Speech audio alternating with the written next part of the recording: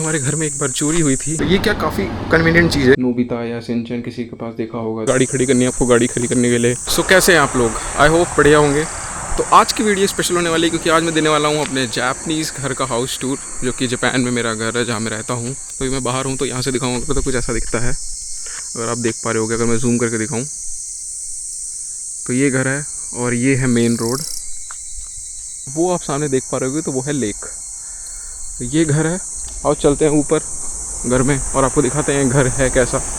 तो अभी वीडियो में शाम को बना रहा हूँ तो मे भी ज़्यादा लाइटिंग ज़्यादा ब्राइट नहीं होगी, बट हाँ घर का टूर मुझे देना था। काफ़ी टाइम से मैं सोच रहा था बट टाइम नहीं मिल पा रहा था। तो अगर बाहर से आपको दिखाऊँ, सीधा हमारे घर के पास जाते ही सामने, तो यहाँ से ऊपर जो सड़क जाती है यहाँ पे भी कुछ लोग रहते हैं ऊपर, चाइना के और वियतनाम के और बाकी जगहों के। और ये है जापान में जहाँ पे आप कूड़ा रखते हो, ये हमारा घर का है। जैसे यहाँ पे आप कूड़ा रख सकते हो और हम हर मंडे को जो कूड़े वाली गाड़ी आती है वो लेके जाती है। और यहाँ पे है ये पार्किंग वार्किंग आप कर सकते हो, अगर गाड़ी खड़ी करनी है आपको, गाड़ी खड़ी करने के लिए। यहाँ पे कुछ सब्जियाँ भी उगा रखी है और यहाँ पे आप पार्किंग वार्किंग कर सकते हो।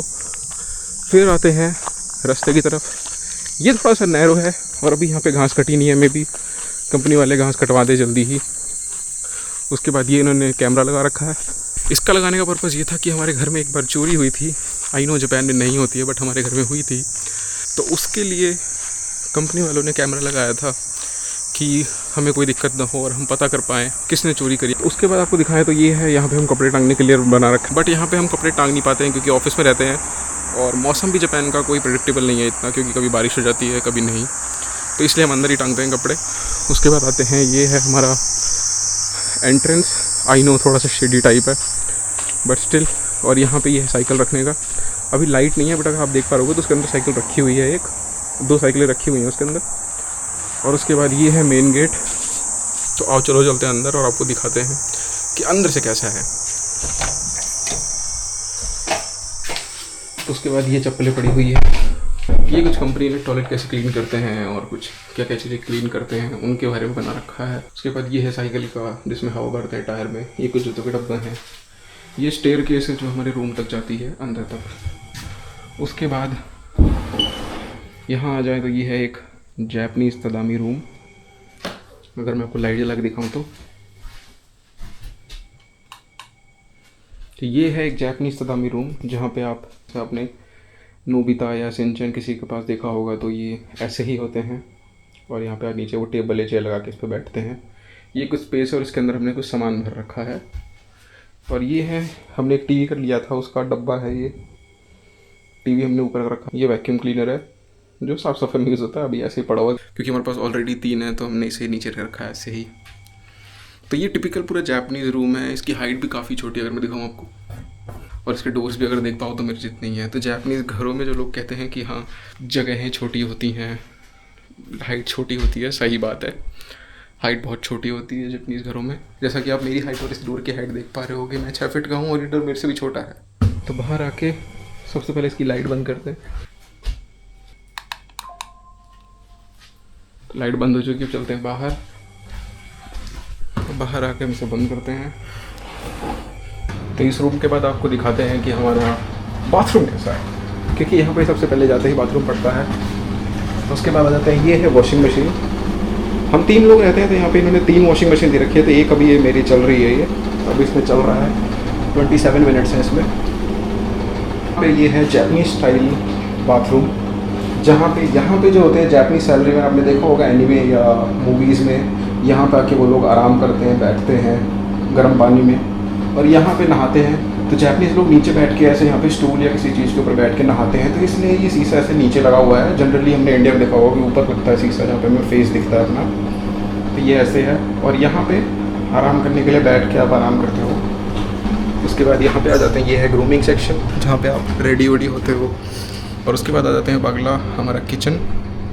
तो ये है कुछ किचन एरिया। ये है फूड एरिया का डस्टबिन। जिसको नहीं पता हो किसी को, अगर आपको एक चीज़ बता दूँ, जापान आने से पहले जापान में डस्टबिन अलग अलग होते हैं। खाने का हम कूड़ा अलग फेंकते हैं, पैकेजिंग मटेरियल का कूड़ा अलग फेंकते हैं, और जो कैंस और बोटल्स होती हैं इनका भी कूड़ा अलग जाता है। इंडिया में ये बहुत सारी जगहों पे हम कूड़ा एक ही साथ सारा कूड़ा डाल देते हैं, बट यहाँ पे हर एक कूड़ा अलग तरीके से जाता है। ये जापान का कॉन्सेप्ट है कि खाने की चीज़ें, बाकी सारी रिसाइकलिंग की चीज़ें अलग अलग जाती हैं।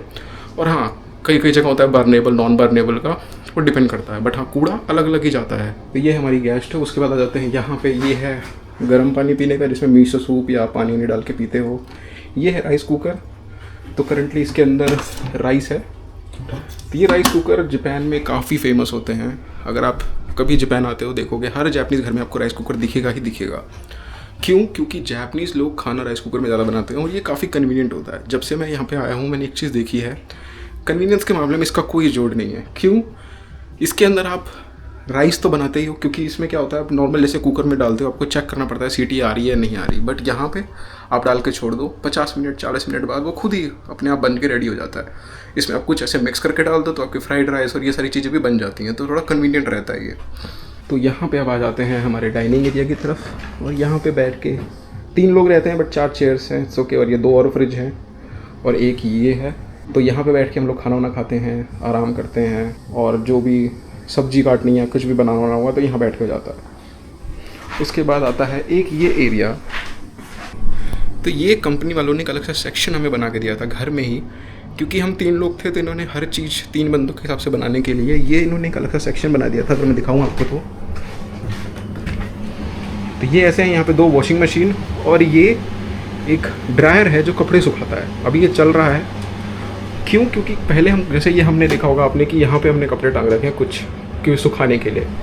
क्या होता है कि जापान में बारिश और मौसम बड़ा ख़राब चल रहा है अभी, अब ऐसे भी होता है कि हम बाहर नहीं टांग पाते वहाँ पे। क्यों? क्योंकि हम ऑफिस में रहते हैं और हमें इतना टाइम नहीं रहता कि वहाँ पे कोई कपड़ा गिर जाए या बाहर कहीं गिर जाए गंदा हो जाए तो फिर से धोना पड़ेगा, तो इसलिए हम अंदर टांगते थे। बट ये चीज़ कंपनी वालों को पता लगी, उन्हें लगा कि ठीक है ये चीज़ें अच्छी नहीं लग रही हैं तो हम एक ड्रायर दे देते हैं। तो उन्होंने इतना सोच के एक ड्रायर दिया, अभी चल रहा है और इसके अंदर अभी मेरे कपड़े हैं, अगर दिखाऊँ तो अभी इसके अंदर, तो ये क्या काफ़ी कन्वीनियंट चीज़ है, ये सुखा देती है कपड़ों को और काफ़ी अच्छा है ये, क्योंकि इसमें झंझट नहीं रहती है आपको कि धूप हो रही है नहीं हो रही है, ये कपड़े सूख के ही निकलते हैं इसमें से।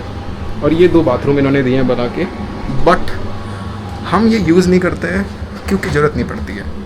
अब बाथरूम और वॉशरूम ऐसी चीज़ें हैं कि आप वहाँ पे बैठ के 24 घंटे तो आप बैठे नहीं रहोगे। और ये पार्टीशन पहले क्लोज करते हैं फिर बताते हैं आपको। तो बाथरूम और टॉयलेट ऐसी चीज़ें हैं जो आप बैठे नहीं रहते हो आप, तो ये चीज़ है, पर कंपनी वालों ने सोच के दिया था। तो बहुत रेयरली होता है कभी कोई यूज़ कर ले, किसी को सुबह जल्दी जाना हो कुछ काम हो तो एक टाइम पे 2 बंदे रेडी होने जा रहे हो तो हम यूज़ कर लेते हैं, बट वो ऐसे बंद ही पड़ा रहता है। एक वाईफाई है हमारा, जो पता नहीं कंपनी वालों ने इतना बड़ा क्यों दिया है, ये मुझे अभी तक समझ नहीं आया है कि इतना बड़ा वाईफाई दिया क्यों है इन्होंने। तो ये था हमारा पूरा जापानीज़ घर। ये वीडियो जानबूझ के मैंने थोड़ी छोटी बनाई है, और अगर ये वीडियो पे अच्छे व्यूज़ आते हैं और आप लोग पसंद करते हैं और आप लोगों को और चाहिए तो ऊपर वाला सेक्शन दिखाया जाएगा, और ये है ऊपर जाके हमारे रूम्स हैं। तो अगर इस वीडियो पे अच्छे रिव्यूज़ आते हैं, अच्छे व्यूज़ आते हैं और आप लोग और भी ज़्यादा चाहते हो कि नहीं जापानीज़ चीज़ें और बनाई जाए और चीज़ें दिखाई जाएँ जापान में कैसी होती हैं क्या होती हैं, तो ऊपर वाला पार्ट भी दिखाऊँगा फिर नेक्स्ट पार्ट में। तो आज की वीडियो यहीं ख़त्म करते हैं, तब तक के लिए बाय बाय।